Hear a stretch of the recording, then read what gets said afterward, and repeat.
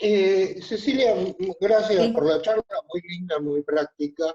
Me hace acordar a las charlas de aprendizaje en los chicos. Un factor importante que siempre vemos en el aprendizaje es el grado de motivación de los pacientes. En Sí. esos estudios que no dieron curva de aprendizaje, eh, se hizo un análisis si había un problema motivacional o la respuesta del paciente al aprendizaje tiene relación con el punto motivacional. Sí, de hecho en los estudios no mencionan, no se han hecho estudios o no se ha tenido en cuenta ese factor, que creo que es una variable importante. Eh, eh, a ver, lo motivacional en el paciente con enfermedad de Alzheimer tiene que ver mucho con el nivel o con el grado de enfermedad, te diría.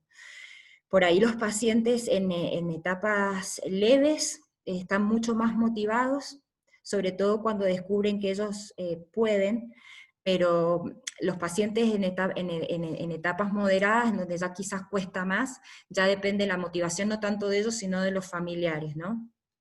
Pero sí, no se ha tenido en cuenta en estos estudios. No, porque también es difícil, digo, es difícil de mesurar.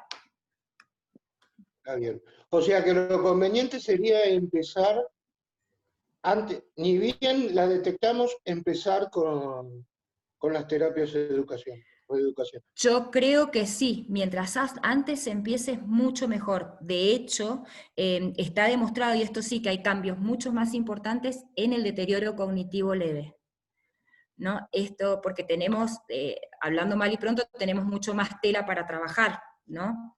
Tenemos muchas más posibilidades y hay muchas más funciones conservadas en los deterioros cognitivos leves. De todas maneras, a ver, siempre se puede trabajar.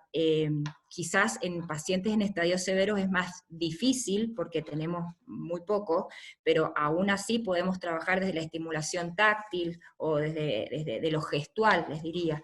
Pero sí, mientras antes esto se inicie, pues mucho mejor. Gracias. No, de nada, Alejandro. Muy bien, Alex, cerrá tu micrófono, por favor. Jorge, el doctor Jorge Lomoc, adelante. Cecilia, felicitaciones por la charla. Sí, gracias, Jorge. Te quería hacer una pregunta. Cuando hablas de Sí, estimulación neurocognitiva, sí. ¿qué técnicas estarías incluyendo? Es decir, yo lo entiendo como musicoterapia, por ejemplo, eh, u otras. Y te hago una segunda pregunta que la dejo abierta a todos los panelistas también. En realidad, por otras causas, yo estudié en algún momento oxigenoterapia hiperbárica. Si bien esto pareciera ser que no tiene que ver con estimulación neurocognitiva, tampoco parece que tuviera que ver con lo que vimos en la sesión anterior sobre abordajes farmacológicos, pero bueno, me gustaría saber la opinión de ustedes. Primero que con respecto a la primera pregunta y luego la segunda. Gracias.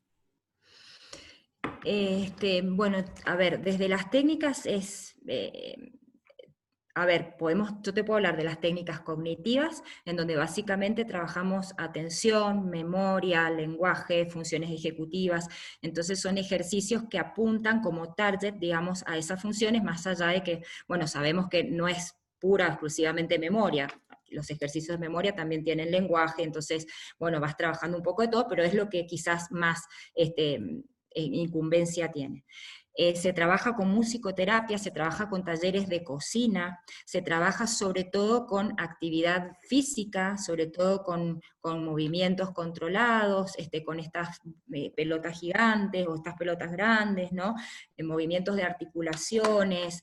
Se trabaja todo orientado a la realidad. Yo uso mucho, por ejemplo, talleres de simulación de ir al supermercado, entonces trabajamos con los folletos de supermercado, esos que nadie quiere, y que entonces los juntamos y haces calcular precios, y bueno, haces una lista, por ejemplo, de qué cosas vas a ir a comprar, y entonces fíjate a qué, de acuerdo al supermercado que vos vas, a dónde irías primero, bueno, esto es más ejecutivo, ¿no?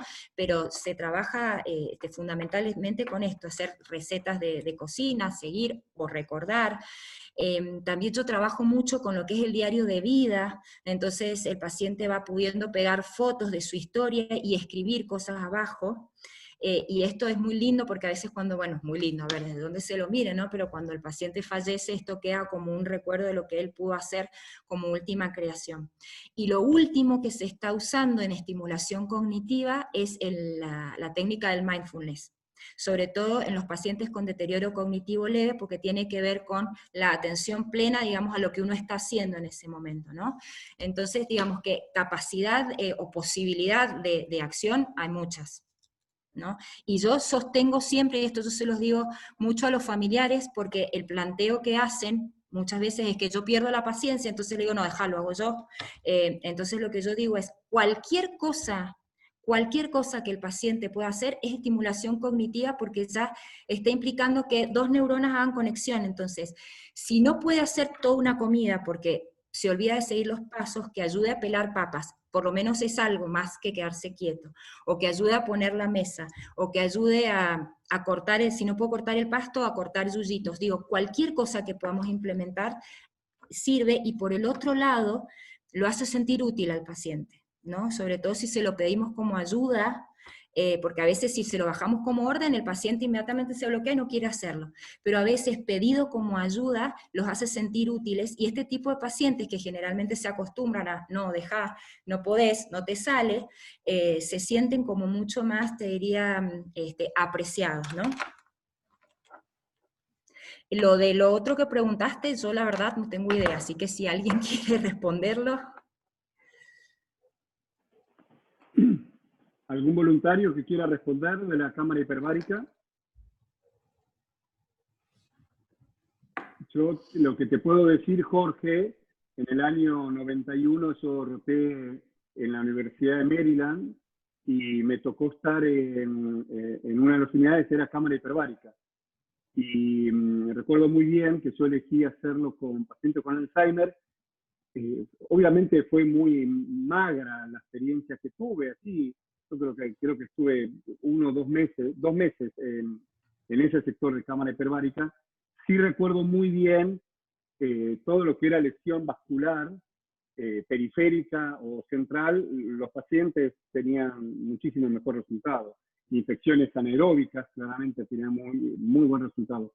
Pero yo, en lo personal, no tuve una visión exitosa de la cámara hiperbárica en Alzheimer, y de hecho la Universidad de Maryland discontinuó el proyecto de cámara hiperbárica para el Alzheimer. Es todo lo que sé, no sé si alguien más tiene alguna otra información. O no sé, Jorge, tú si querías comentar algo al respecto. No, Fernando, creo que es más que suficiente. La experiencia que yo tengo en cámara hiperbárica tiene que ver con enfermedades clínicas, y con enfermedades del buceo. Yo experimenté bastante con eso porque soy instructor de buceo y lo apliqué, digamos, y lo tuve que usar en embolias, por supuesto, ¿no? Y se me ocurría que ese porcentaje que va disuelto en plasma de oxígeno podía tener alguna ayuda, pero lo que no sabía es dónde colocarlo dentro de las terapias, si lo poníamos en la primera parte o en la segunda también, y tu experiencia obviamente, bueno, lo resume. Yo jamás había leído lo que vos dijiste, Fernando, porque no estaba en demencia. Y de hecho acá en Argentina son muy reticentes a hacerlo, incluso en enfermedades vasculares periféricas, donde tiene excelentes resultados. Sí. Así que muchas gracias a ambos. No, al contrario. Bueno, continuamos. Ahí, Florencia... ¿Puedo agregar algo más sobre hiperbáricas? Adelante, Alejandro. Ashkar, que tenía el laboratorio de medicina hiperbárica en la Facultad de Medicina, decía que una de las principales indicaciones era la neuropatía diabética. Y nunca lo escuché hablar de acceso a las enfermedades degenerativas, sí a las vasculares. ¿Está? Muy bien. Nada más que eso. Muy bien. Ahí, Florencia, mandaste una guía, ¿nos querés contar un poquitito? Bueno, buenas tardes, buenas noches a todos. Ceci, la verdad que, bueno, excelente, como siempre. Gracias. Un placer escucharte. Bueno, ahí les compartí una guía a propósito de un mensaje que recibí en la red de LinkedIn del doctor Pablo Ricli, sobre que, digamos, una nota que él publica donde dice que lamentablemente más de la mitad de los pacientes que tienen demencia reciben fármacos que no están indicados para la demencia, y él hace una guía breve de aquellos medicamentos que tienen evidencia científica para el tratamiento. Me pareció que era bueno para leerlo. Esto es algo que lo publicó el día de hoy.